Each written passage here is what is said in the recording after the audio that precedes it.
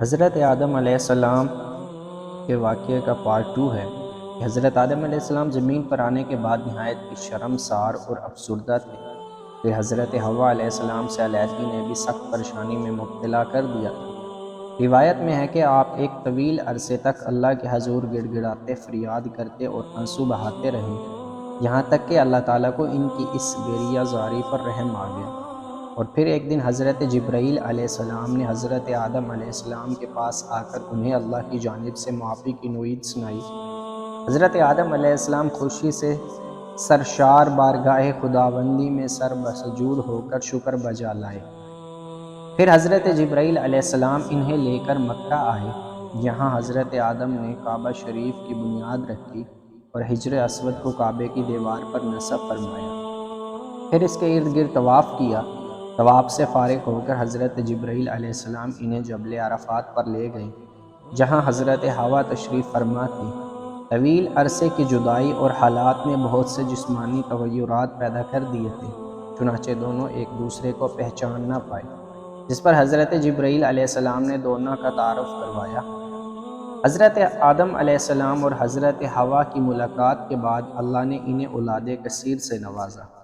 حضرت حوا جب امید سے ہوتی تو ایک لڑکا اور ایک لڑکی پیدا ہوتے، جب دوبارہ امید سے ہوتی تو پھر ایک لڑکا اور لڑکی ہوتے۔ پہلے والے لڑکے کی شادی دوسری مرتبہ والی لڑکی سے اور دوسرے والے لڑکے کی پہلی والی لڑکی سے شادی کر دی جاتی۔ چنانچہ پہلی مرتبہ قابیل اور ان کی بہن اقلیمیہ پیدا ہوئی، دوسری مرتبہ حابیل اور ان کی بہن یہودہ پیدا ہوئی۔ حضرت آدم علیہ السلام نے اقلیمیہ کی شادی حابیل سے اور یہودہ کی شادی قابیل سے کرنی چاہی، مگر قابیل نے یہودہ سے شادی سے انکار کر دیا۔ وہ اقلیمیہ سے شادی کرنا چاہتا تھا کیونکہ وہ یہودہ سے زیادہ خوبصورت تھی۔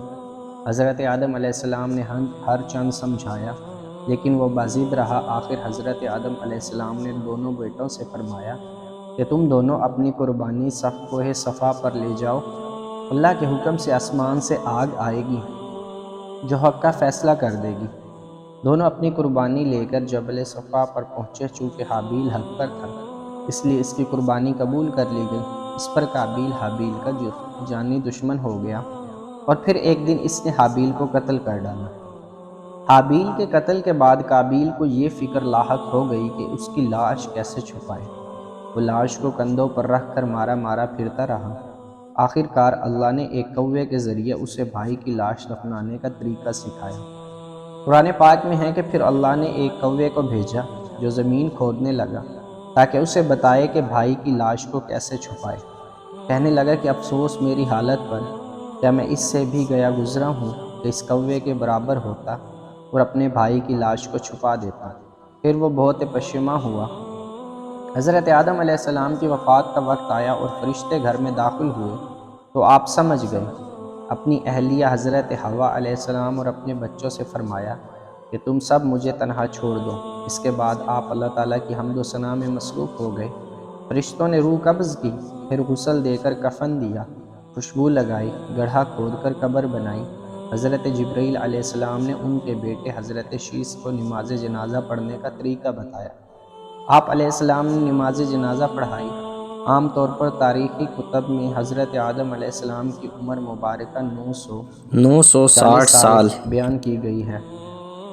معراج کے سفر میں نبی کریم صلی اللہ علیہ وسلم جب پہلے آسمان پر پہنچے تو وہاں آپ نے حضرت آدم علیہ السلام کو دیکھا، جن کے دائیں جانب بھی لوگوں کی جماعتیں تھیں اور بائیں جانب بھی۔ آپ صلی اللہ علیہ وسلم نے دیکھا کہ حضرت آدم علیہ السلام جب دائیں جانب دیکھتے ہیں تو ہنستے ہیں اور بائیں جانب دیکھتے ہیں تو روتے ہیں۔ میں حضرت صلی اللہ علیہ وسلم فرماتے ہیں کہ میں نے حضرت جبرائیل سے پوچھا، اے جبرائیل یہ کیا ہے؟